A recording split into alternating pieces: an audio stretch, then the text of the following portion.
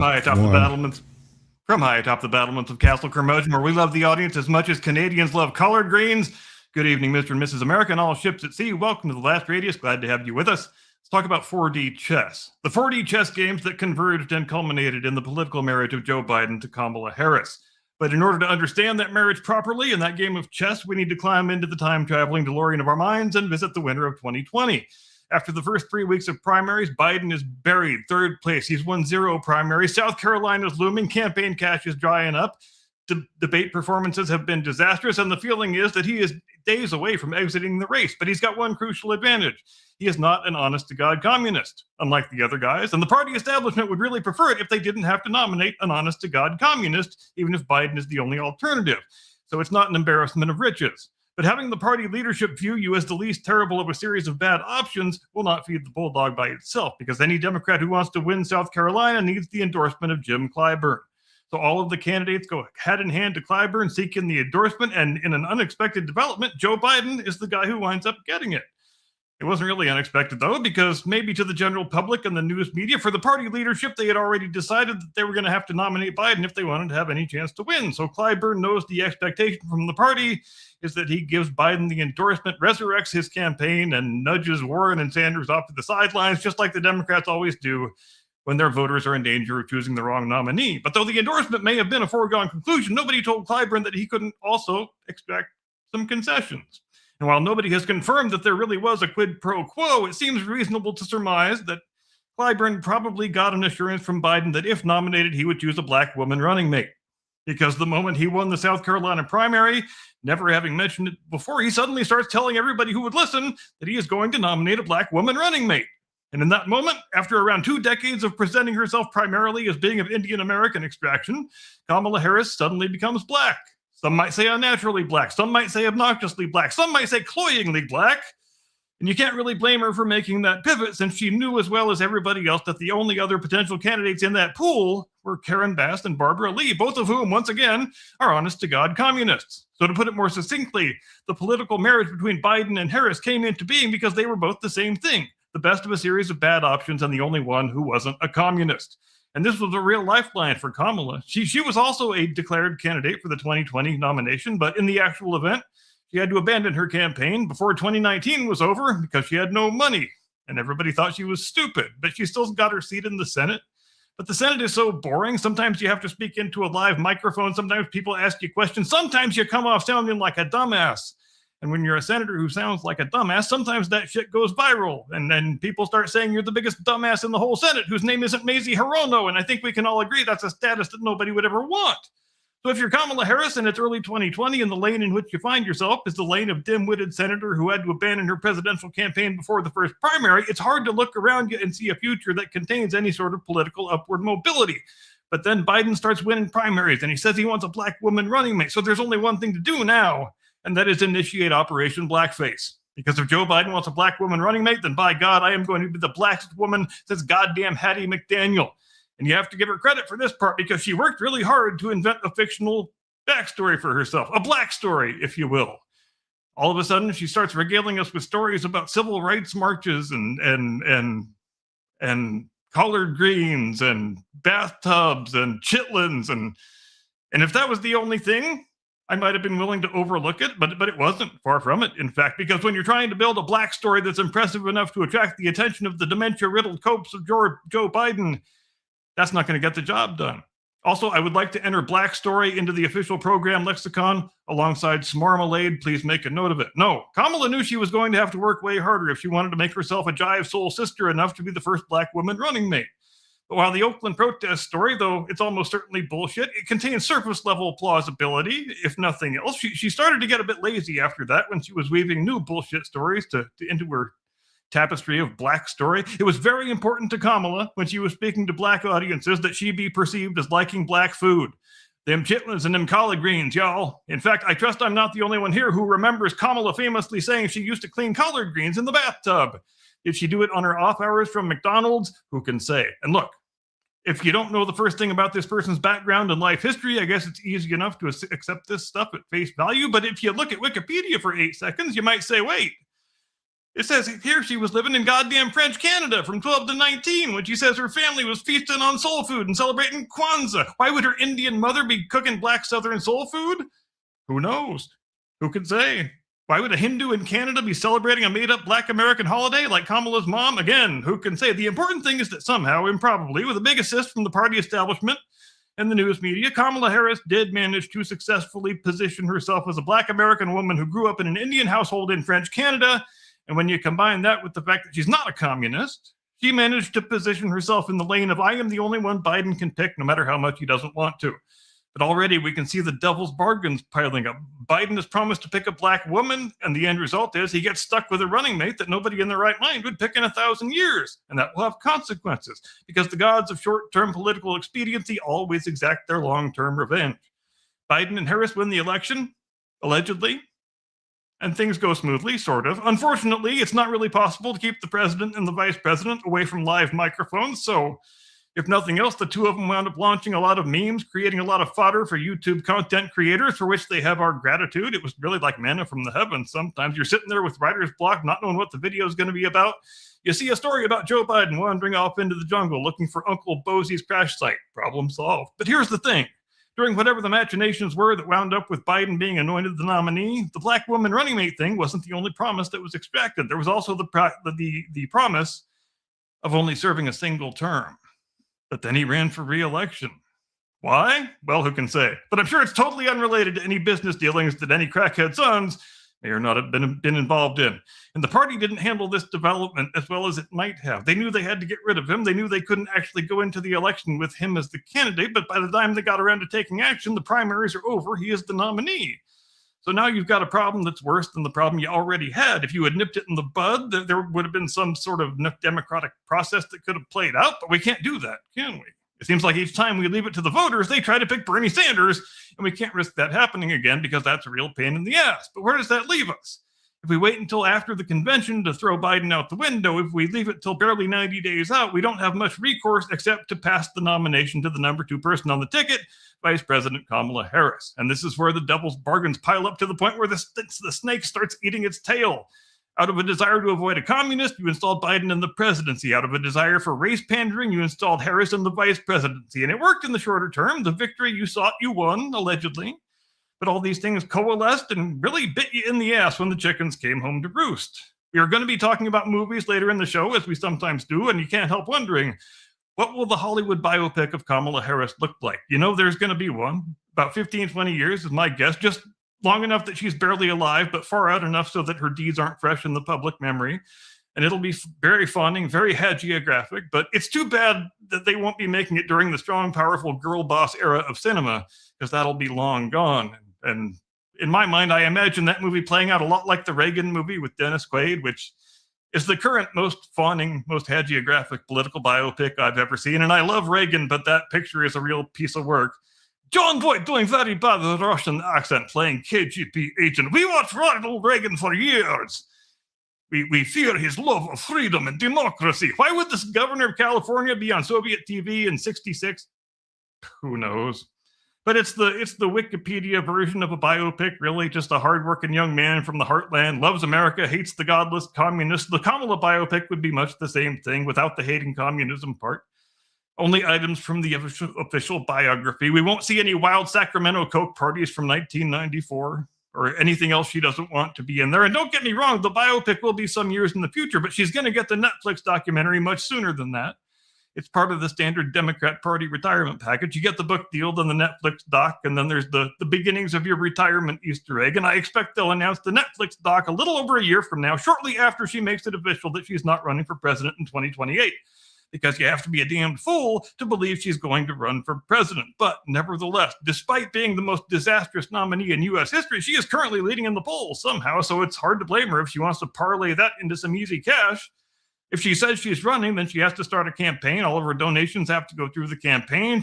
There's all kinds of limitations on how you can use it, but if she just pretends she might or might not run, then she can accept all the PAC money she wants and use it however she likes. How do I know all this? Because she just bought a house for $8 million goddamn bucks in Malibu, which, it has to be said, she is slumming it a little bit in the neighborhood she's moving into, because $8 million in Malibu gets you a little fixer-upper that needs some TLC. The point being, she wouldn't be selling out $8 million for a new pad in Malibu if she was planning on being president or running for president. The only way she can afford that is if the other parts of the golden parachute are still incoming, the Netflix doc and the I might be running for president game, so send me money. How am I so certain that she's never going to run for office? I am so certain about this that if she runs for president, I will do this program in Lady Curmudgeon's underwear for 3 weeks. I swear. So there will be that Netflix doc that hardly anybody will watch. There'll be the biopic, which probably will bomb, and neither of these will materially influence public perception all that much, probably. But then the task is going to fall to future historians. And they may view Kamala Harris as a very fascinating figure indeed, to the extent that one woman can typify all the abuses and excesses of a bygone age. She might look like Marie Antoinette looks to us. When we look at Marie Antoinette, we say, how could the ancient regime be so decadent and disconnected from events that they couldn't see they were all about to be overthrown and decapitated? And a couple hundred years from now, our descendants might look at Kamala Harris and say, how could they have been so obsessed with race and gender and personal characteristics that they elevated such a dull, dim-witted, unexceptional, talentless person to the highest echelons of power? And it's a good thing we're going to be all long dead, because we might struggle to come up with a good answer. And with having said that, all super chats tonight will be donated to Cat Might Run for President, really, I swear, LLC. So give early and often, because deciding whether you're going to do a thing can be very expensive. And I am done now. I am fresh out of monologue, and I know you're all very sad about that, but the exigencies of showbiz are what they are. Thank you for your kind attention. I now convey you into the loving custody of my distinguished colleague, your illustrious co-host, the one and only, your friend and mine, Mr. Caucasian Sasquatch. Tactical nuke incoming!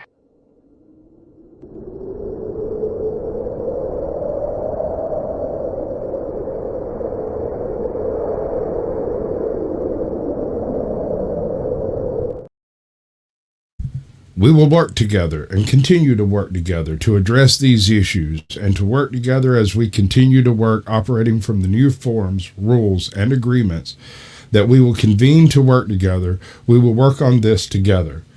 Vice President Kamala Harris. And that is not word salad. That is word coleslaw.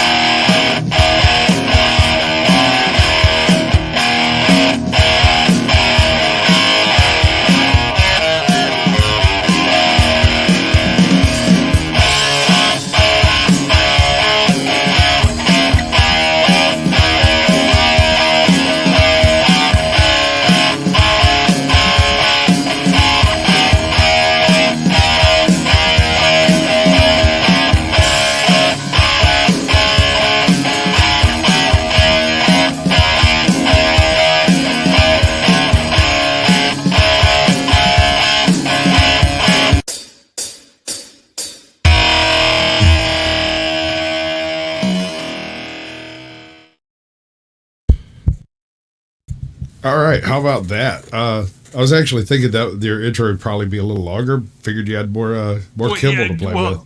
I've got some. Yeah, you remember how I had to cue it up and start again? Yeah. Okay, I accidentally wound up on the wrong speed setting, and my 20-minute monologue became an 11-minute monologue with huge sections having to be omitted. But I did it as best as I could. You did great. I was actually fixing to come in and say that was absolutely magnificent. I just expected it to be a little longer, which was the reason for the change ultimately, is that if we're going to be going into the first 30 minutes being the intro, the monologue, the quote, and that stuff, then let's just make that the intro, and it'll be it's a little smoother, I think, if you're hitting the button and it works. But we'll get used to it. We'll make it work. I think that'll work out. It was just my execution that fell short. Oh, no, you did absolutely amazing considering how fucked it went right there with fucking starting. Because he he laid it out. I was wondering what was going on. He laid it out. It was a beautiful fucking start. And I looked over and I went, oh, it didn't start. Why didn't it start? I guess you didn't hit the button twice like you're supposed to, or whatever it is. I don't know. Anyway, welcome to the Blast Radius. Let me do this thing. Welcome to the Blast Radius. We have a little bit of a plan for the show. I know it doesn't seem like it. We're actually semi-professionals at this. We've been doing this for a long time. But we have both watched the new Running Man and the old Running Man, and at least one of us has read the book. Exactly, one of us has read the book. So we're going to do a vocal comparison because because of the way last week played out. I'm not doing any trailers this week, but usually we do trailers with this. But apparently Aztec Batman was one bridge too far, bro. Yeah, they really flipped out about that Aztec Batman shit. Aztec Batman must be a sore subject. It must be, because I wasn't even saying anything bad about it. I was just saying like Aztec Zorro might make more sense. But what do I know? Studios appreciate it when you promote their products. I don't know, call me crazy. Because what possible nefarious copyright violating reason would there be for us to play trailers on this program, except to make people aware of things they may not be aware of, and perhaps possibly go and watch them? The entire reason that trailer was played was because I had never heard of it and didn't know it existed. Isn't it a big part of the reason why trailers exist at all? I thought so. I've never heard of this. Yeah, I've never heard of this thing. Let me go watch the trailer and find out more about it. But no. From Orbit. Boom. Copyrighted from Orbit, bitch. Yep. Yeah. Like took us down. Hands off my Aztec Batmanitlan. So I was just thinking about it the other day. I was laying there about to drift off to sleep, and it occurred to me that there are so many layers of cultural appropriation going on in that particular piece that I think I know why they pulled the plug. Yeah, you're probably not wrong. You know what's amazing is how terrible a movie can look that I used to think was a cool movie. Which one? The Running Man from '87, the Arnold version. Oh, all right, man. So unitards aren't a thing, although I kind of wish they were. I'm not gonna lie, the new Running Man gives me really big Demolition Man vibes. I feel like at any second now he's going to come around the corner and there's going to be a Taco Bell there and somebody's going to say, "Live well." I'm not sure how I feel about the new. Well, I know it's terrible, the new one. I don't think I understand exactly all the different ways in which it's terrible. The number one thing about it that I can't stand, and I know this is a conversation that we've had before, is that I can't stand it when a movie refuses to decide whether it is a parody of itself. And I couldn't avoid that. The '87 movie, there's no problem with that. There's no tongue-in-cheek anything. There's no people who look like they're about to blink at the camera. It's completely absurd, and everything about it is absurd. But it is the people who are inside the film are taking the world of the film seriously, and that's what you need in order for the audience to suspend its disbelief for a couple hours and attentively consume the story that you're telling. But you can't. Go ahead. Allow me a moment. I read the book, so I'm going to do a bit of a philosophical waxing here to try to explain that blinking at the camera part. In the book, the way this is done is it doesn't specify the city. It's like Metropolis or the Grid or whatever like that. The network is like all of Manhattan has been taken over by the network. That is its own geographical nation. The show takes place outside of that area, right? So the show is filmed inside the area. They could bring the people in, they show what they did, they do the whole Running Man spiel, that whole thing, and then they're literally tossed out the fucking door with $500,000 of cash that's worth 10 times what your cash is now. And basically a get out of jail free card that makes cops look away. And that card works for like 48 hours or something. You get a 2-day head start or something like that. And after that, it's the world's your oyster, but you got to figure out how to get around in it because every single checkpoint on Earth is looking for you. Now, keep in mind, this is involving a future in which nuclear power has alleviated all energy constrictions and travel is virtually free. It's a right. The part where he starts doing that Deadpool thing and doing the fourth wall breaks, like almost inadvertently, where he doesn't quite look at the camera, but it's almost there. The camera's set up from the angle of what he's looking at, and he looks at it, but it looks straight at the fucking camera, and then it turns and shows what he's actually looking at. That's a good call, because sometimes that's exactly what you're expecting is some little Deadpool quip. Exactly. And so the part about that is this was written in a time period when the internet was literally in its infancy, and it was written by a person who is stark raving batshit crazy. But he made one effective prediction, and that was people like Johnny Somali, who are literally self-aware of their self-awareness, so much so that they become unaware of their environment, right?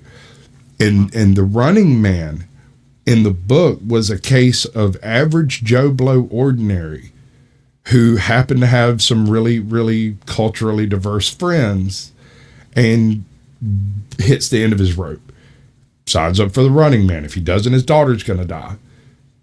The Running Man, turns out it's all a sham. The whole thing is completely corrupt from inside out. And by the time he gets to a point where he can say something about it, his ass has already been tossed out on the street, and he's literally sketching it down the road going, fucking shit, now what? Transition to the 87, what was it, 87? 85. Yeah. So our hero has a daughter in the book? It was a daughter, I think. But yeah, okay. The whole all the plot is in there. The gears, the new one does it better than the old one, as far as the book is concerned. And especially that weird self-awareness that you didn't like about the film is deep and thick in the book, so heavy that it's kind of, like you said, it throws you out of that suspension of disbelief a little bit, because who could really be that self-aware? And there's one other thing that was different from either of the movies to the book. At the end, where the whole universe decides that Richards lives, there's never any actual evidence that he did. Every time they pull in Richards, it's a different dude. It's somebody else. When the dude shows up at the coffee shop and pays for a fucking car or whatever it was that he bought, it was just paid for. That wasn't Richards. That was some other guy that just played the part of Richards long enough for everybody to believe. In fact, in the book, if I remember right, the dude that was putting the pirate radio shit out, it was him operating in Richards' stead. Now, there's a bit of a caveat here. If that's the case and Richards actually died, then who's bankrolling the supposed winner? Dun, dun, dun. Dun, dun, dun. Okay, so now we come back to the 87 production. This is done from the perspective of almost a Escape from New York kind of feeling, or Escape from LA. This is an entire city. The entire city is basically inside of this huge filming studio, and the city was just closed off one day, and whatever's going on in there is what's going on now. And you got to survive for 30 days. Good luck. No, it's only 3 hours in the Arnold version. Oh yeah. That's right. Everything's compressed. Yeah, and then in the new one, it's 30 days, and in the other one, the 87 one, it's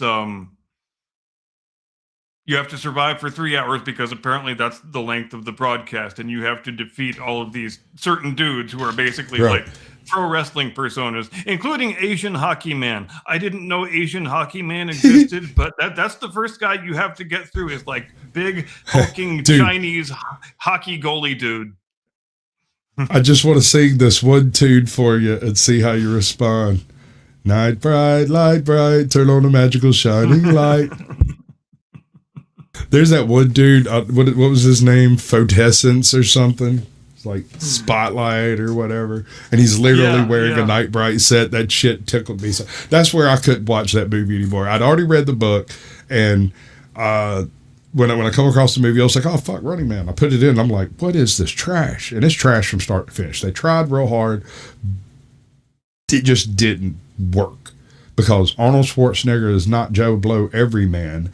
A walled off section of Manhattan is not an entire world, and the freedom that is expressed in the book is not shown in the film, except for as disregard for authority. Yeah, and if they had made that when he was farther along in his career and more of a giant global megastar as he would become like 5 or 6 years after that, I think it would probably be a much higher quality picture. But that's an interesting period in his career. He's had a couple of big hits. He's had Terminator and he's had Predator. 87, he does The Running Man, and then he does quite a departure for the last couple of years of the 80s and starts doing comedy shit. Like he does the Twins movie and he does the Junior movie. He fucking gets pregnant and gives birth and everything. But that incongruously winds up being what helps to launch him into the stratosphere, because then in 1990 you get Total Recall, 91 Terminator 2, and that's after those two is when they strapped the rocket to his back and he basically owned the box office for the next decade or more. Him and Stallone. So yeah, well, when it comes to action heroes, it was him, Stallone, and Van Damme. Pretty much. I mean, Steven Seagal was over there doing this number in the corner the whole time, but he wasn't casting spells. He was just trying to waft his gas away from him. Yeah, but he had a very brief peak and flamed out early. I guess you can say they all flamed out, but you still think of Stallone and Schwarzenegger when you think of action heroes. I think more so than Van Damme and Seagal. Over the top, bro. Fucking over the top. Yep, you're not wrong, Scotty. Yep. Total Recall was crazy good, especially for people who watch it today who don't remember 1990. Might think it looks cheesy, but for 1990, when it was brand new, that movie was an absolute mindfuck, dude. That movie was so freaking cool, like indescribably cool. Very strange weirdness about all of this. Total Recall novelization of the movie was written by an individual named Pierce Anthony, who is the same person that wrote the Xanth series that I regularly wax philosophical about. The Running Man was written by an individual called Richard Bachman, also known as Stephen King. And it's supposed to be a horror. It wasn't meant to be an action picture, and that's one thing that I complain about with both movies. The first movie actually gets some of the horror better than the second movie. The first movie gives you the sensation that you are trapped inside of a very claustrophobic space with a lot of people who either want to kill you, want to turn you in, or both. Like, you have no friends. You are completely out in the cold. There is no support. The second movie takes that same claustrophobic feeling and exchanges it for a pulse. Sometimes it's too open and sometimes it's too enclosed, but you're never in a comfortable environment. Like the first apartment that he goes into, and it's like literally a bed and a door, and that is it. There's a chair wedged in between the bed and the door, and he can see the street from laying in the bed. That is the most claustrophobic apartment I've ever seen in my life, and they catch him there, right? And he gets away and he blows the building up.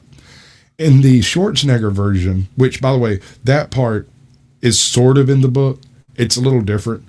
The hand grenade landed in his lap in the book, and the new safety grenades, and this is kind of explained in like a little brief thing in between chapters, was like, in such and such a blah blah blah, this model of grenade was issued to such, and they still use them. This lands in his lap, he grabs it and closes it, and then runs out of the door with his bag. And he gets out of the door and over the edge of the broken elevator to fall 3 floors onto the top of an elevator, climb into the elevator, and then slide out into a basement, right? Like, he gets away, but he only gets away because they fucked up. They fucked up and tipped him off. And there was the only thing that tipped him off before that in the book was the fact that, I swear to God, I've seen that street preacher before. That dude was also outside the studio when I got thrown out. And now he's 18 blocks this way in, lower freaking Brooklyn. And so just before everything sets off, he cocks his head to the side and is like, I know you. And then the grenade lands in his lap, and it's on like Donkey Kong from there. I'm interested to learn that the protagonist does have a child in the book, because in the 87 movie, he doesn't have a wife, doesn't have a kid. He's just what is he? He's a military helicopter pilot. His superiors order him to bomb a building full of unarmed women and children, and he says, "No, motherfuckers, I'm not bombing no innocent women and children. You crazy!" And right. And then they tackle. And there's a similar scenario in the book. The similar scenario has to do with a group of rioters outside of like a network building. And he is like the captain of whatever troop that he's supposed to be using. They've been issued non-lethal and pepper-style rounds, rubber bullets and whatnot, and they're fixing to go out and break up the riot, when he realizes that his whole squad is packing heat, not non-lethals. And he turns and goes, "Hey, can we swap out with the next squad with the non-lethals, because our non-lethals didn't come in? We've got hot bullets. We're firing hot rounds over here." And they're like, "No, we've got our orders. Go, go, go." He's like, "If we open fire in this crowd, it will be an absolute travesty." And he gets shot in the side of the head with a rubber bullet, and later gets the option of being a traitor or taking the Running Man bit. And one of the things about the Running Man is you have to voluntarily come in and do it. And so they literally take him from like the police station or whatever and toss him out in front of the network building. And then stand there with rifles and wait for him to walk inside. After that, he's under the network's care. So he really never gets a choice. But in the new picture, where as opposed to opening, he's in the helicopter, does the thing, they frame him, and that's how he winds up being a criminal and being on the show. In the new one, I don't want to say the first 20 minutes of the picture is a white male humiliation ritual, but it kind of is. It kind of is.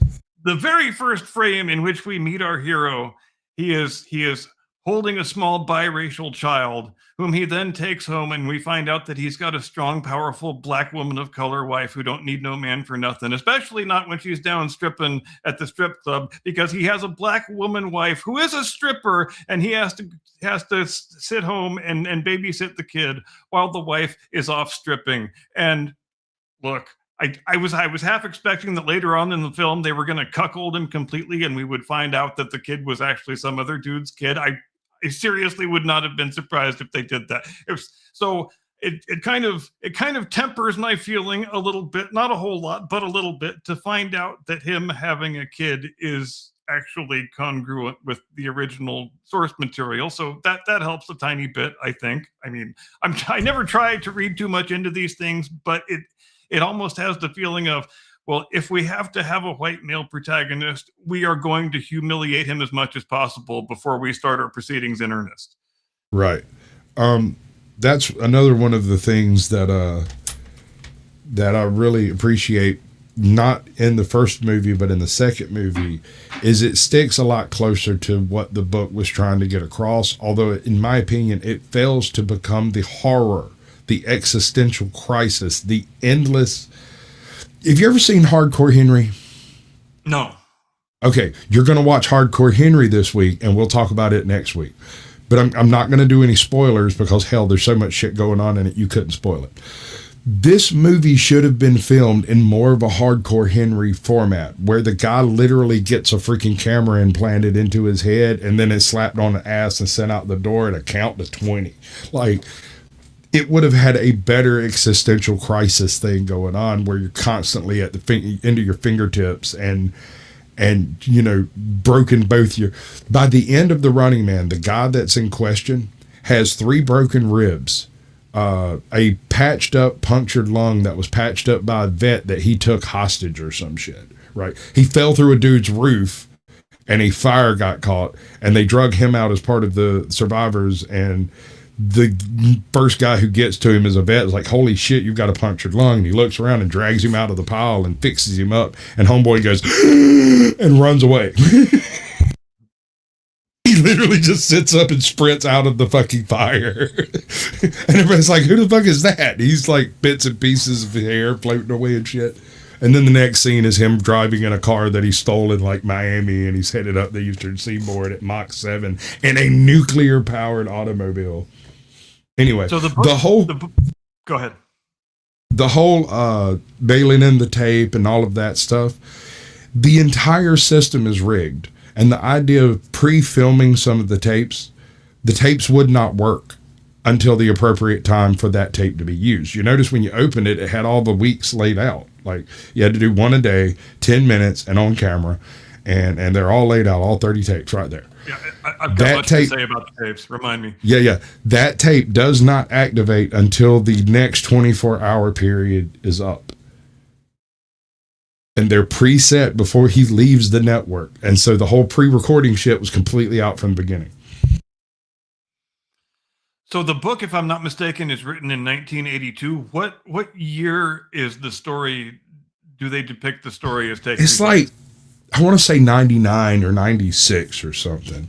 It's Because not. It's the not too distant future. In the Schwarzenegger movie, it's 2017, and they take a rather interesting approach to the things that they want to depict as futuristic and just 1987. For example, whoever they got they hired to be the hairstylist, she was like, I don't give a fuck. These people are all just going to have 80s hair. Similar with the costumer who costumed the dancing ladies on the Running Man show. They're just going to look like 80s aerobic chicks. They're going to have 80s hair. I don't give a fuck. The cars, very obviously 80s cars. Other things they try to imagine. It's like they're trying to achieve the same sort of aesthetic as Back to the Future's version of 2015, but generally falling short of it, really, if we're being honest. And as we were watching the Schwarzenegger movie the other night, we were wondering out loud, because in the movie it's made in 87, obviously, and the year that they're depicting is 2017, so 30 years into the future, in other words. And we were wondering how they were going to handle that when we watched the new movie. Like, what year are they going to say it is? And they really don't say what year it is in the new movie. They take kind of a picking and choosing approach to how the visual aesthetic is going to work and what technologies are going to be depicted. Because, for example, like you said, he's got to send in videotapes every day. The TV monitors all still appear to have picture tubes and be, old school. Like, many of the cars are 80s cars. The dancers on the show still look like 80s aerobic chicks. They still have Straight out of solid hair. gold. And yet, because we wanted to change the circumstances and the parameters of the game that's being played, everybody has a smartphone that's capable of capturing high definition video, but we still have videotapes and we still have CRT televisions. I'm just saying, I know it was a tough assignment, but you can't really square that circle. You kind of have to choose one or the other. It just seems incongruous when you switch back and forth. Yeah, I think they did. There's a scene in the second movie where and it may be 2017. That actually makes sense. There's a scene in the second movie where he goes and talks to the guy he gets his disguises and his fake IDs from. And he walks over and he looks at the whole wall of these big CRT televisions from back in the day. And he goes, Jesus Christ, you still got these things on the shelf. And he's like, shit, I can't keep them on the shelf. Those are TVs that don't watch you. And then when you get into like the ritzy rich places, you find some of the old 50s like black and white tubes sitting in the apartments and stuff. And it makes a certain amount of sense where your everyday average Joe can afford to have one of those massive fucking Zeniths, whereas a rich bitch politician or whatever has a desire for privacy and wants to be able to watch TV without it watching him back. And so they have the space age mid-50s sleek design of exactly the same set. And I think that loosely squares the circle that you're complaining about. It was in the movie. I'm just saying, everybody's got smartphones, but they use videotape.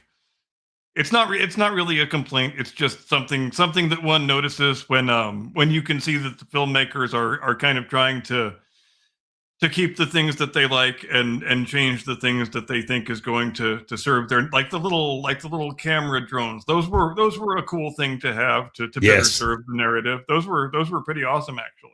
Those were a good addition. They were almost verbatim in the book. The only difference is they were described as cruciform stalkers or something like that.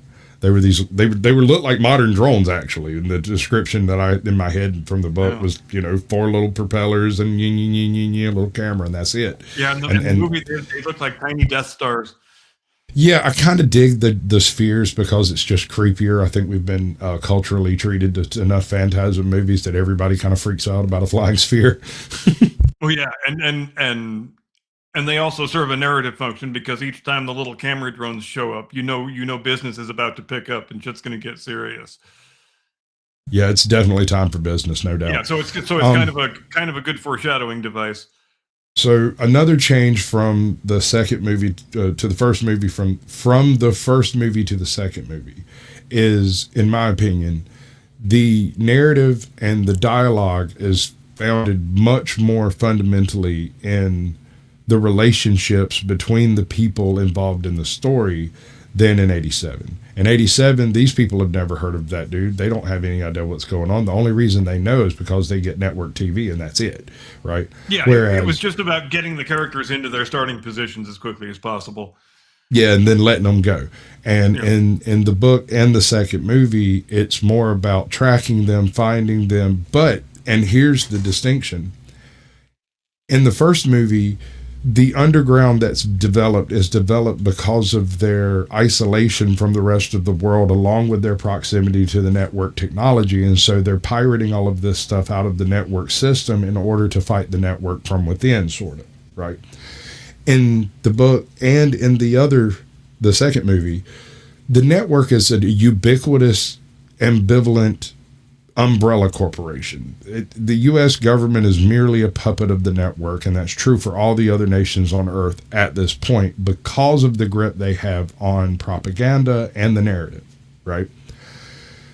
The second movie and the book take that to its logical conclusion, where at some point in time, a group of people would utilize new technology and new techniques to fight against the established narrative of the network by utilizing the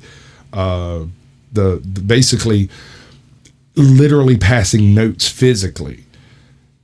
The difference is that where Richards in the first movie was the literal face of the revolution to come, Richards in the second movie was merely the spark to start the revolution. It wasn't him that was fighting it. It was never intended to be.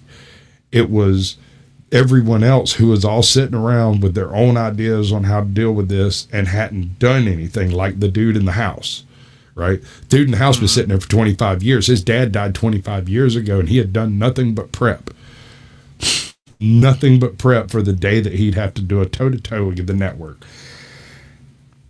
And that's what that was for. That's what the entire thing is about, is that revolutions don't happen because something bad happens. Revolutions happen because someone good stands up against something bad happening, and usually something bad happens to them. Something else I wanted to mention is the when you juxtapose the way that female characters are portrayed in 1987 compared to the current day. And we like to think, or many of us like to think, that those depictions were so offensive and so problematic and so chauvinistic back then, and are so much less so today. But are they really? And what are we really trying to accomplish? Because I will tell you one thing that the updated new version of the Running Man story doesn't have is absolutely any hint whatsoever of female sexuality, except for the sexy dancers at the start of the show, which is about probably 25 seconds of screen time. Aside from that, absolutely nothing. In the 87 version, we didn't need to give our hero a wife and a daughter or anything like that. He runs into Maria Conchita Alonso just randomly by happenstance, and she winds up, sharing a large part of the story with him. And let's be honest, her main function in the story is to be hot piece of ass. And there's nothing wrong with being hot piece of ass. Maria Conchita Alonso was a fine piece of ass. And she was, what else she was? She was also a strong, powerful woman of color. But it wasn't forced into the narrative. It wasn't in a world where every female character has to be a strong, powerful woman of color. We saw a woman who was a fine piece of ass, and then her character showed that she was also a strong, powerful, capable woman of color. And we said, wow, how about that? That's impressive. Why was it impressive? It was impressive because it was unexpected. Nowadays, it's just what every female character is, and that's a problem with current day Hollywood. It makes narratives an issue. Okay, so the wife. Let's talk about casting, right? First of all, just the fact that there's no wife, there's no kid, there's none of that involved in the 87. That's gonna throw a bit of a wrench in the works. Arnold Schwarzenegger's not your average everyday Joe Blow dude. The different hunters are, well, they're like you said, WCW superstars except murderers. Asian hockey man, beware. It would not even surprise me to find Hacksaw Jim Duggan over yonder with his fucking 2x4. Oh, right. That wouldn't even bat an eye right next to the nightlight guy. Now you're going to make me start talking about the Hulk Hogan documentary. We'll get into that in the last 30 minutes. Wait, are we already in the? No. No, we got half of the show left. Right, we're good. Okay. The second movie, much more faithful to the book from start to finish, in and out. There is one thing I kind of want to tug back on. His wife is a damn fine piece of woman flesh. That is a very beautiful woman to me. Now, is she like unitard? What's her name? No, not Maria the same Conchita thing. Alonso. Oh, Maria Conchita Alonso. Jesus Christ. Well, and you know what I can't figure out is why Maria Conchita Alonso, a fine Cuban woman of Cuban Venezuelan extraction, would be the owner of history's worst fake Latina accent, which she has in The Running Man. That is the worst fake Latina accent I ever heard in my life. It's like she kind of turns it off and turns it on in the middle of the same sentence, and we can't tell if she's doing the accent or not doing the accent. It kind of just comes and goes, But that's fine, because I am just looking at her because she is such a fine piece of gear. Yeah, she's a damn fine woman. The other thing about that picture, the 87 picture, if camel toe fetishists have a top 10 movie list, I guarantee goddamn to you this movie is on it, and it doesn't discriminate by gender. Right. What was it you said? You're more familiar with with Arnold Schwarzenegger's junk than his urologist. Yeah, I told you to make him turn it and cough. Bro, do you know why a doctor grabs you by the balls and tells you to turn your head and cough? Tell me. Because if a man grabs you by the balls and tells you to cough, you'll do it right in his face every single time. I never thought about that, but it makes sense. It does, especially that first time, right? Now go ahead and cough directly in my face, son. Yeah, that's yeah. So, And here, all right. here all these years we thought there was a medically indicated reason to turn your head, but no, the doctor just doesn't want your fucking germs. It's the casting of the main character Ben Richards in the second movie, I think, is pretty spot on. The only way I can't off the top of my head think of a better casting for someone that has the physicality that the role would require to like fall out of buildings and jump off of buses and tuck and roll through fucking trains. Dude, the scene where he jumps from one train to the other, I just jumped up and screamed, "Ow! Goddamn, ow! Ow!" Because it wouldn't kill him, but goddamn if it wouldn't hurt. That one got a pretty big eye roll at my house. No, I hear you, dude. I hear you, and I get it. But And the fact that they didn't show that landing kind of pissed me off. I think I'm still undecided on whether I'm a Glenn Powell fan or not. I really like him in war movies, in Top Gun Maverick, and in the the movie he was in with Jonathan Majors about the Corsair pilot. I like him. I can't remember the name of it, but in non-war movies, I find him much less agreeable, and I don't know if that's just me or if he's just because some actors are like that. They just do better in military type roles than they do in other type of roles. And well, he does decent cowboys, and in my book, yeah, that's important. Yeah, I have seen him in one or two westerns. So you raise a fair point. But speaking of westerns, we need to watch a damn John Wayne picture one of these weeks or something. Because okay. We need to talk about something that isn't terrible. That's as much the fun point. as it is to talk about terrible movies, I mean, terrible movies are much easier to talk about. Don't get me wrong. That's probably why we spend so much time talking about them. I didn't. That's where I'm getting with this movie. I didn't dislike it. I really liked the second movie better. I know you didn't like the race swap of the announcer, but I love the casting of who they got. I really like him as an out. I actually didn't mind the race swapping of the Richard Dawson role, and it's such a much smaller role in the second movie than it is in the first one. In the first movie, Richard Dawson, the real life game show host, the guy who you remember from Family Feud, feeling up all the hot teenage daughters and whatnot, he has almost as much screen time in that movie as Schwarzenegger does, and his performance is the best thing in it.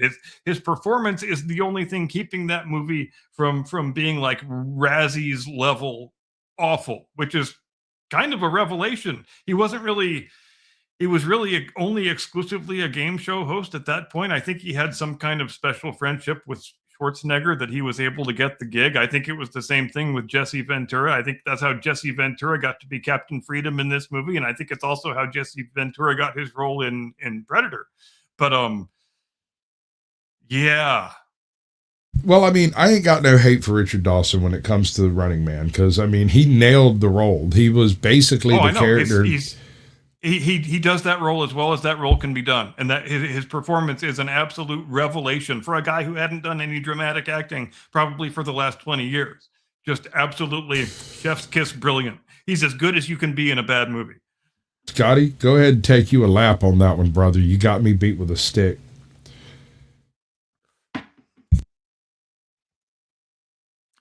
I wish I was old enough to have met the Duke. Right? God, 2 pounds of fucking undigested porterhouse in his goddamn colon. But drunk as hell. In all likelihood, he's going to be the king of the box office again 10 years from now when there's an AI version of him making brand new movies directed by Robot John Ford. Maybe. I mean, co-starring AI. That's where a lot of people think I'm wrong about that, about where the AI thing is going. They think all the money making potential is going to be in invented actors. I think all the money is going to be in reanimating dead actors from the past. All right, I hear you. But hear me out on this. Okay. I don't think that what you're talking about is wrong. I think it's going to happen, but I think it will be more of a sort of niche genre, something along the lines of like spoof movies, right?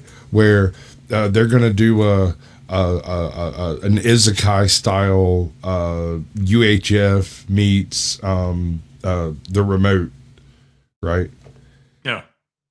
And you've got to go adventure through ancient cinema in order to try to accomplish some goal in the game or what the fuck ever. And of course, in it, you have to run across, not just the actors themselves, but the actors playing the roles in the movies, that kind of shit. I think that's more likely to be juxtaposed into some new genre of niche film than to literally have a brand new run of Elvis movies or a brand new run of The Duke. I don't think the new audiences are going to glom to it the way the old audiences did, because the entire concept of the Americana, and I'm not saying it won't be successful, because there's lots of old motherfuckers out there like you and me who would sit down and watch that damn picture just to see if it worked. Yeah, and the sole determining factor is going to be how much income potential there is in it, and who's to say until it plays out in the real world. Well, I doubt there's a whole lot of income potential for doing things like The Duke, because I don't think they're in public domain as a personality yet. And so, as long as their work is still copyrighted, their likeness and whatnot will still be under some sort of restriction. But the people who do the licensing on the dead celebrities, the dead celebrities that you regularly see, on the top 20 list of top earning dead celebrities, those people are good at being on the front end of new licensing opportunities, and I think they're probably going to continue to be on the front end with whatever AI revolution is going to take place. But I think also that it's not going to be a phenomenon that is limited to dead actors. I think it's going to be something that living actors can take equal advantage of, as we've already seen with Brad Pitt in that one AI fight video not long ago. That he probably got a nice paycheck from that, didn't have to leave his couch, just licensed his likeness. And who's to say you couldn't do entire movies like that? Once the technology gets good enough, who's to say whether you were actually on that set or not, or whether it was your digital doppelganger? The digital doppelganger terrifies me, though, dude. I don't have anything for that. There's enough footage of you and there's enough footage of me on the YouTubes to train an AI to do an absolute spot-on imitation, and even imitate not only my nuance and inflection, but my deep Southern drawl. Absolutely. And that shit should be Mother Nature's kitchen, bro. Yep. But we have been surpassed. And now we just have to beg the machines for mercy. So I don't necessarily have a problem with the machines taking over if they can do a better job than fucking Congress or Bill Gates or whoever the hell it is at the levers of power, because right now they're kind of jerking off. Yeah, I mean, the fact that you were really good at selling software doesn't give you a license to socially engineer the entire human race. Sorry, Bill. I still have a hard time getting from point A to point B, and how making a lot of money selling software entitles you to be one of the masters of the universe. I know that money translates into power, but the presumptuousness of these people that think success in some certain field means expertise in all fields. And in all fields. Yeah. Classic confirmation bias. And it's everywhere. It's rampant throughout society. You participate, I participate, we all do this. It takes something shaking up our expectations for us to take a realistic look at the things we've involved ourselves in, to realize, wait a second, this isn't exactly what it purports to be, and I've been in it long enough to realize that there's a lot of contradictions in the things that we're trying to portray, and then stop it. Just fucking quit it. Stop with the contradictions, And I really try, but at the same time, there's things I just believe. Life experiences has taught me stuff that I can't purvey unto you through linguistics, but just trust me, bro. But you would never start believing a thing just because some actor or athlete or celebrity you liked said that you should believe it. Because you would never invest a person you've never met with that kind of authority. You would never invest a person with that kind of authority whose expertise is in a totally unrelated field and doesn't have any authority in the field they are presuming to speak about. And that's something we have really, really, to our detriment, lost track of since this century began. And it's probably need to start working on fixing it. I would submit. So what has become apparently America's biggest Achilles tendon is the unwillingness to do research, and then the unwillingness to disbelieve that research. We need a bit more cynicism in the population, a bit more willingness to attempt to prove something that they've researched, Yes. Instead of just believing the AI, put it to a test, give it the sniff test, And we need to develop a better understanding that research does not mean searching for confirmation of one's priors. Research exactly involves a willingness to be wrong, to challenge one's own previous conceptions, and because that's what research is, that's what learning is. You have to be willing to say, God, I was wrong about that. Has there ever been a time in your life when you were able to say, I believe right down the line every single thing I thought 5 years ago? Of course you can't, because you're a conscientious man, because you're a self-reflective man. But too many of us are not conscientious and self-reflective, and we spend our lives thinking we are doing research, but we are just searching for things that reinforce the things we think already, when we should be. The whole point of science is for the scientist to prove his own hypothesis wrong, and all forms of human inquiry should be governed by that same principle. It shouldn't be about proving that you're right. And if you are right, that's great. If your research confirms your correctness, then more power to you. You did the work and you wound up being just as right as you thought you were, but you need an equal willingness to be wrong if the research leads in another direction. And it is astounding to me that as our access to information has increased, as we all walk around today with the entire collected repository of human knowledge on a little rectangle in our back pocket, we have managed improbably to become more ignorant than we've ever been before. And it's primarily because we are just searching for confirmation bias, as you mentioned earlier. Right. And it's gone farther. I watched a guy. All right. So I'm not a debate bro, and I don't really do debate panels, but I fell backwards into the debate bro sphere, and I've hosted a handful of these guys. And I've noticed this tendency, especially when they're doing debate prep, to utilize AI to find all the citations and all the little things and everything. Yeah. And something that I've had happen several times with these people is they'll go get some citation by putting in what is an example of slavery post-Civil War or post-Reconstruction in the South, and it spits out this article about some people that were taken captive and kept on an island in Mississippi and used as slaves 100%, but it was not state-sponsored. And as soon as the state of Mississippi found out about it, they busted that shit right up, right? And I was like, dude, this does not serve the purpose that you were trying to purport it does. And he's like, yes, it does. And just moves on and starts arguing with someone else because he didn't want to deal with the topic at hand. And he didn't want to deal with me because I read the article in the 12 seconds that it took him to fucking send it. And suddenly I'm fucking ground beef. He won't talk to me. He won't look at me. He won't have anything to do with me because I read the article and was like, dude, this doesn't even prove what you were saying it proved. This is not proof. What point was he attempting to make? That structured state-sponsored slavery was actively taking place in the South up to the middle 60s. And the example that he was specifically referencing was a case where a guy was kidnapping folks. He was basically going into the cities and hiring people to come work on his farm. And then once they got out there, they couldn't leave. They were slaves.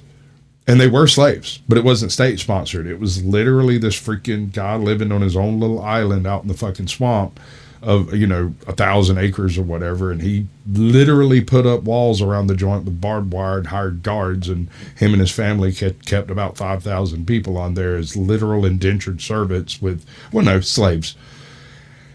But it wasn't just black people. They weren't bought and sold. They weren't imported through any legitimate means. They were kidnapped victims forced into slavery, not what he was trying to use it to prove, not state-sponsored, bought and sold, purchased people.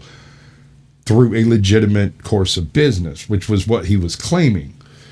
And I was like, that is not at all the thing that this depicts. This depicts a kidnapping colony, not slave. In other words, he had a thing that he wanted to say in a debate, and he went looking for some isolated instance that would rhetorically satisfy the thing that he already decided was true, even though it kind of tends to refute the thesis he is attempting to promote, because if isolated instances are the only thing you can find, then obviously the thing that you are asserting existed at the population level did not in fact exist at the population level. And the article itself actually explains the whole thing. At the very beginning is like, the end of the Civil War ended this date, Reconstruction took place, Jim Crow took place, then this took place, and that took place, civil rights took place, and then this guy inherited all this land and just refused to let people leave it. He literally took it over as his own little country, and since this portion of the county didn't have any type of postal code or no towns, no stores, no nothing on this property, there was no reason for the state or the county to get involved in anything taking place on private property. As long as no one complained, there was no legal question as to what's going on over there, regardless of how many barbed wires and concertina wires and palisades and all that shit that got built, right? No matter how much it looked like a concentration camp, it's not a concentration camp until we have a witness. And he was trying to say that, and I wanted, the reason he got mad is because I asked him what the prompt was he put in the AI. I wanted to know specifically what he asked the AI to get this particular article, because it's almost it's a reasonable request. Right? I thought so. And he got really mad and suggested that he didn't use AI for his debates. And I didn't, and I was like, that's not, you used AI to pick this up, obviously. Everybody uses AI for everything. Fucking get over it. Because if his prompt was an example of slavery in the American South in the 60s, this was a perfect dead nut ringer. It did an excellent job. But if your example was state-sponsored slavery in the South in the 60s, this was a total whiff, right? Well, and it all comes down to the prompt. If you wanted an answer that was real and comprehensive and objective, here is the question you would type in. You would type in, did state-sanctioned involuntary human servitude continue to exist at the population level after the end of the United States Civil War? And the AI would say, no, of course it didn't. What are you, fucking high? Or if that's not the answer you want, then you can get more granular and find your little isolated instance that you think is going to back you up when you're debating whoever you're debating on the little debate panel. Right. Well, that was kind of, excuse me.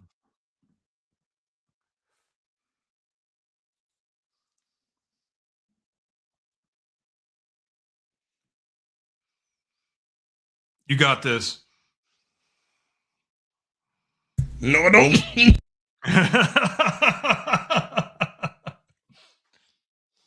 So that was the thing, was that he had two debates. One was about state-sponsored slavery. The other one was about human trafficking.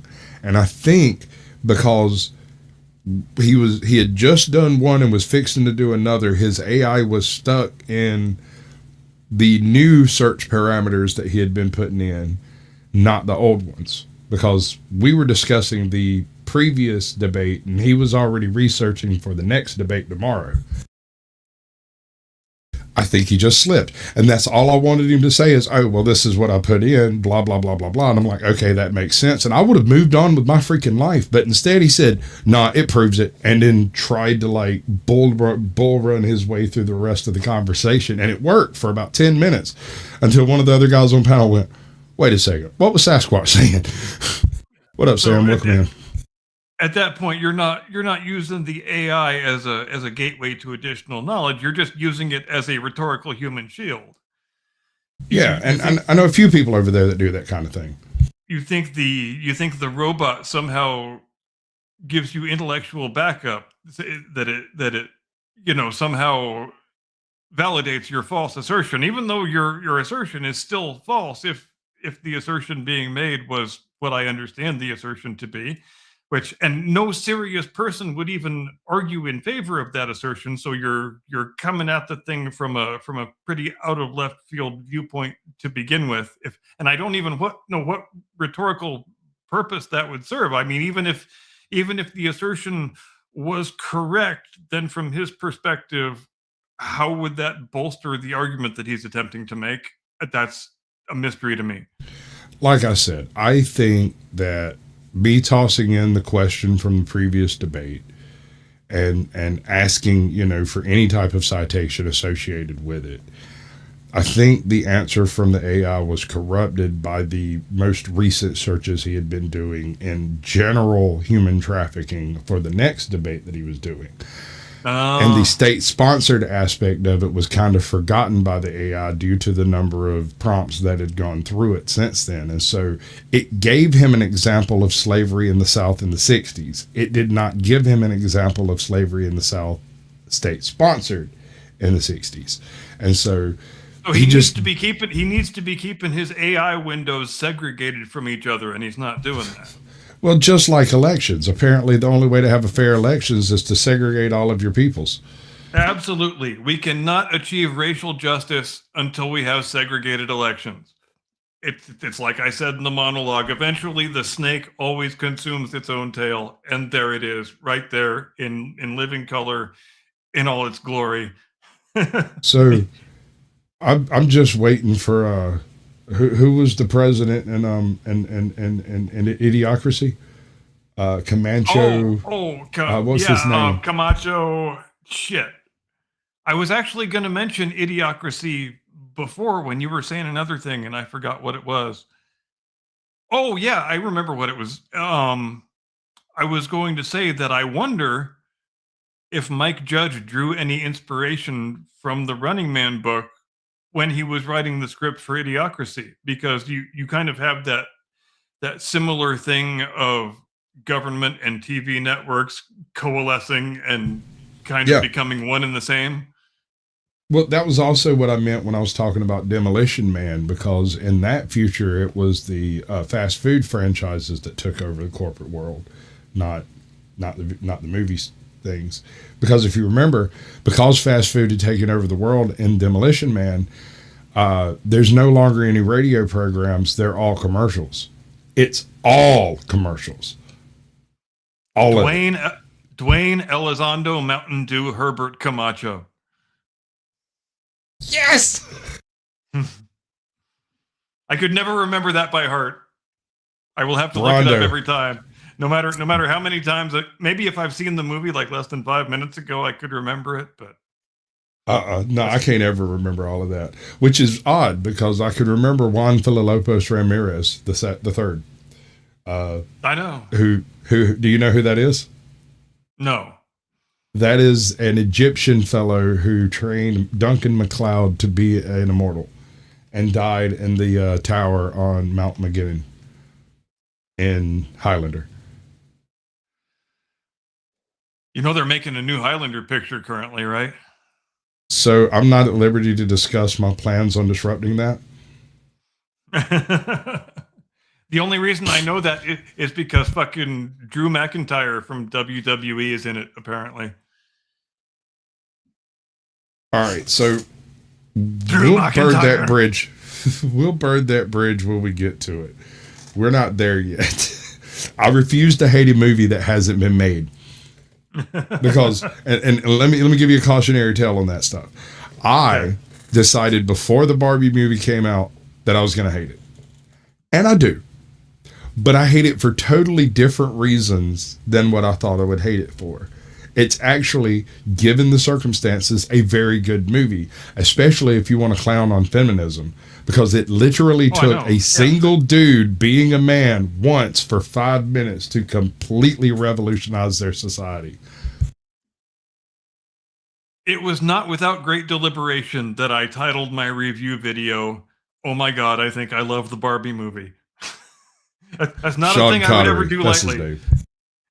Yeah, Sean Connery. I couldn't remember fucking actor's name. Juan Filipos Ramirez III. and he's Egyptian, not Spanish. That's a hell of a strange name for an Egyptian. Well, there's more to it. At one point, he actually says his full name, and it's like that fucking town in Iceland with the goddamn Wales with like the 15-mile long fucking name. Oh yeah, I know that town.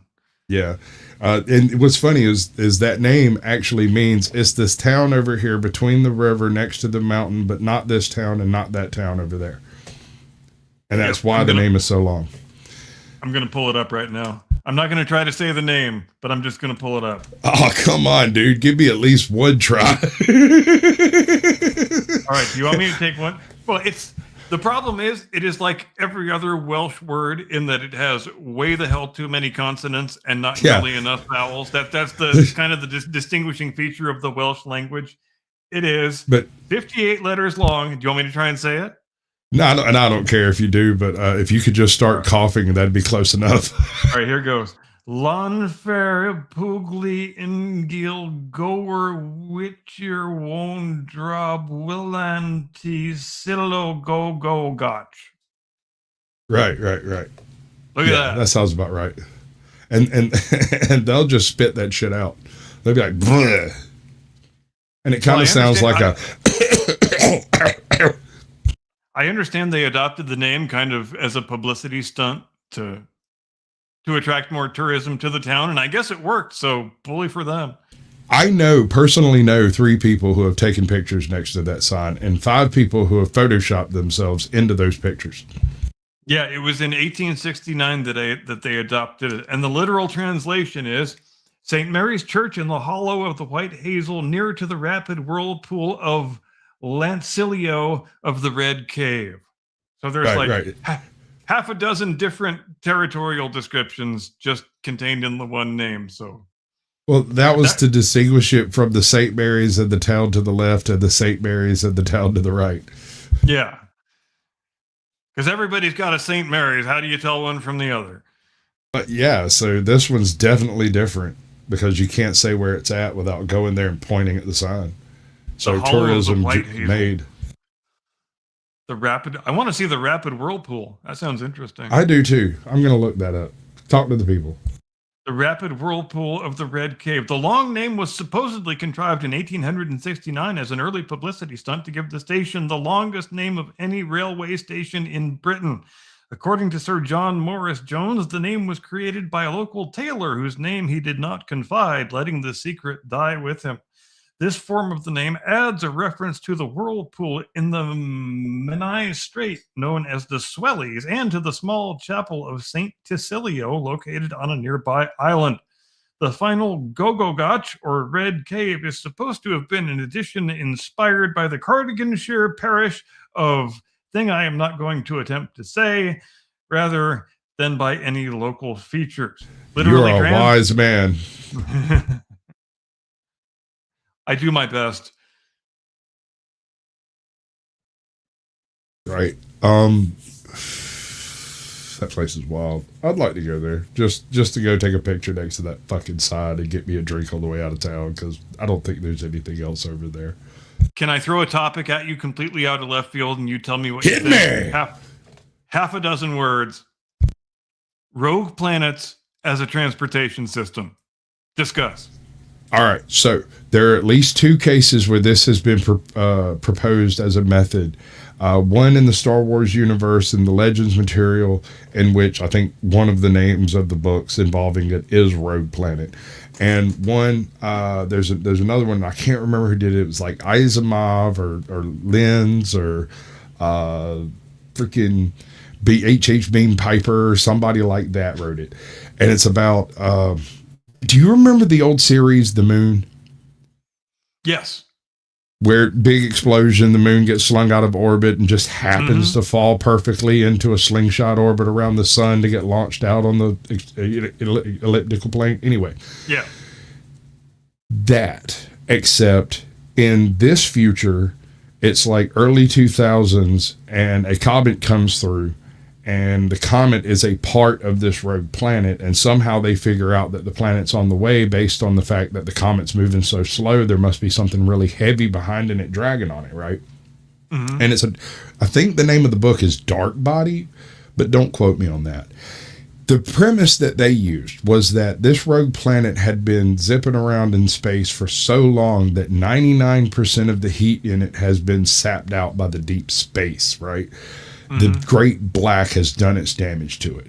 And so what they do is they put together like the Armageddon crew gets together with a drill crew and all that stuff, and they launch and zoom their happy asses out on a slingshot course all the way out to the orbit of Saturn, where they pick up the planet, they land, they start the drilling, they do as much as they can, and then they get back in their ships and start back. But even before they start back, another crew has gone out to take place and repeat, wash, rinse, repeat, and this planet zips around the solar system in a wild, weird orbit for a couple of months, long enough for them to get a base established on it, and then zoom right out into deep space toward Alpha Centauri, which they knew it was going to do, and is why they decided to try to use it as a generation ship.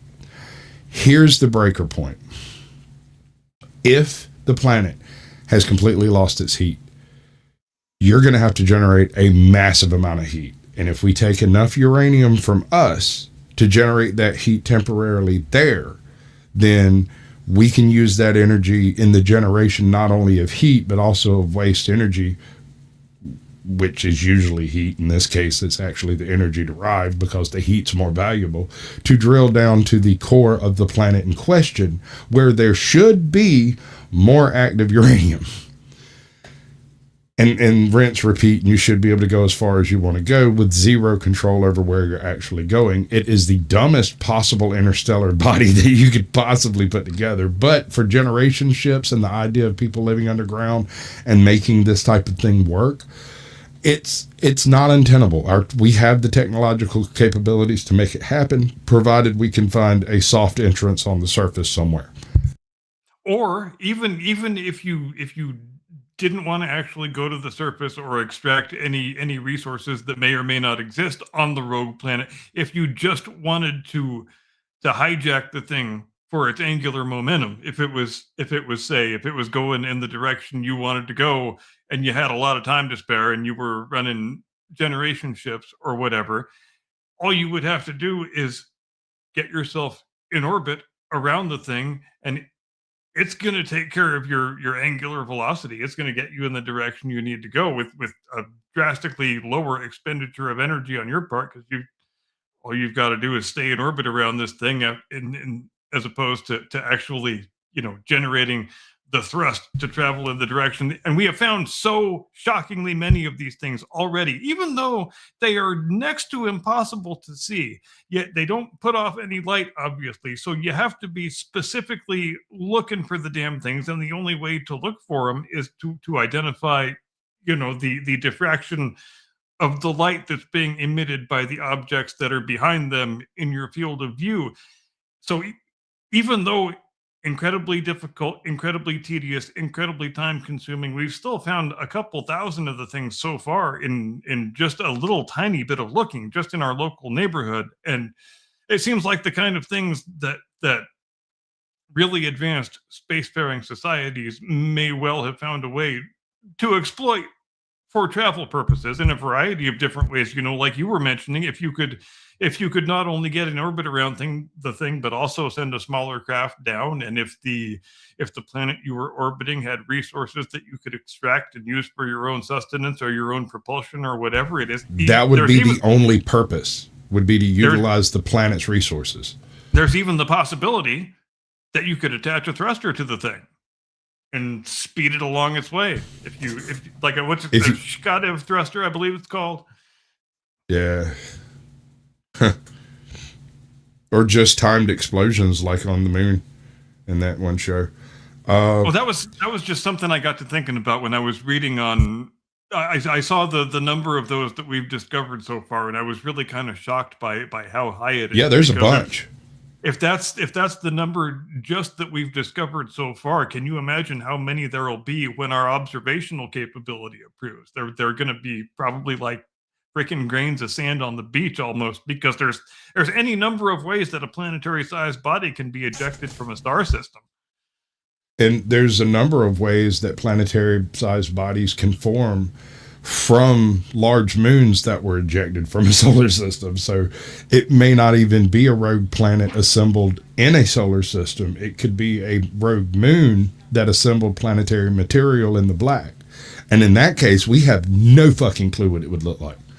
And I think that goes also a long way toward explaining why, of all the exoplanets we've discovered so far, a majority of them are only single planet, and the single planet is a hot Jupiter, just with no other planets rotating around the star really close. And the reason why there's a hot Jupiter and nothing else is because that hot Jupiter either consumed all the other planets in the system, or they were ejected by its gravity and became part of our very healthy rogue planet population. And they might be the most common planetary objects in the cosmos, for all we know. Yeah, they might be. Anything from the moon-sized all the way up to like just below Jupiter size, sailing around out there. And here's the funny thing about it. This is where things get absolutely fucking bonkers.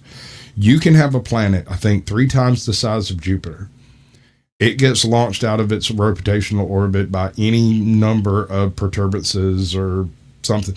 Another planet gets snatched out of orbit, and this one flies out of orbit because it's gone now. This thing goes out to that space in between stars. It's hot as hell compared to the environment it's in. As it's slowly off-gassing its heat, which that's the wrong word, but we're going to go with it, slowly losing its heat, all of the hydrogen, all of the helium, all of the heavy metals, everything in this planet that makes it a gas giant condenses down into a super concentrated and dense crust. It's no longer a gas giant. All of those gases, all of that energy, all of that stuff is compressed down into an almost 0 Kelvin body.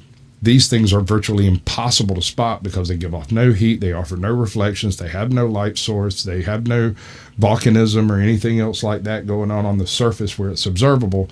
And so something like this could easily just pass anywhere near the outer ranges of our solar system, and suddenly we're in for a really fucked up day. And we can't even register that this thing's sailing around out there because we don't know it's there.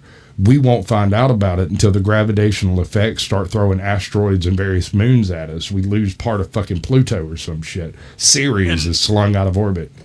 And we know there have been events like that in the history of our own solar system, because of things we can observe, like the fact that Uranus rotates on its fucking side. There had to be a serious goddamn gravitational perturbation in order to induce that status quo. And there's other things, there's orbits of certain planets and certain asteroids. Venus. That don't make any sense unless there is some kind of event like that knocked things all cattywampus at some point in the distant past. So one of the things about Venus that a lot of people don't understand is the way it is tidally locked to the sun makes its days absurdly long. They're actually longer than the year on Venus, but that doesn't matter because the same side of Venus is always facing the sun. That being said, the only way mathematically that a normal planet in a normal orbital sphere rotating at normal speeds up in that position is if a very large spatial body, almost its equal, were orbiting at a slower speed and then crashed into it in an oblique angle enough to stop that fucker from spinning. And then it becomes tidally locked to the sun and you get Venus. And Venera 15 lands and transmits pictures for 8 minutes before it gets crushed to shit by the... Right. If you're going to go into Venus, you're going to be living in bounce houses. Giant beach ball bounce houses. I'm not joking. I'm dead serious. Or blimps in the upper atmosphere. Sure, you could blimp it, but I don't think that's necessary. I think you could probably use air diffuser purifiers and literally draw off enough carbon to create enough oxygen through electrolysis and various other chemical methods. And all the chemistry is right there in the upper atmosphere of Venus, that the only thing stopping us is the technology of getting there and supplying us while we develop the giant freaking see-through bag so we can grow shit. Right, and It just- for all we know, there's a non-zero chance that biological organisms might exist in the Venus cloud tops. Actually, that's. Go ahead. Go ahead. You go ahead. That's another another interesting point is that if there's not biological material already there, the introduction of our biological material as off-gassing of these blimps or bounce houses, beach balls, whatever you want to call them, might very well change the future history of chemistry of Venus enough to do some very strange things to the atmosphere we've ever run. Yeah, because I believe we are observing phosphine in those cloud tops, and there shouldn't be phosphine there. So that's a big mystery. And now we're doing the thing that we do. Ladies and gentlemen, thanks ever so much for joining us here on the Blast Radius tonight. We hope you enjoyed the discussion just as much as we did. We hope you have a great tomorrow and a pleasant day after and an edifying rest of your week. I will not be here next Sunday. I know that troubles you greatly. I'm going to be at a certain person's college graduation who's going to be giving birth to my first grandchild in a 12 or so weeks. So that's very exciting. But anyway, I will be gone on the road. So see you next 2 weeks from now on May, whatever the hell date that is. We'll see you tomorrow. Not tomorrow. We'll see you next time. Have a great week. Do not comply. Get off my lawn. Give me the money. Give me the money. Okay? This one's for you, buddy. Nice.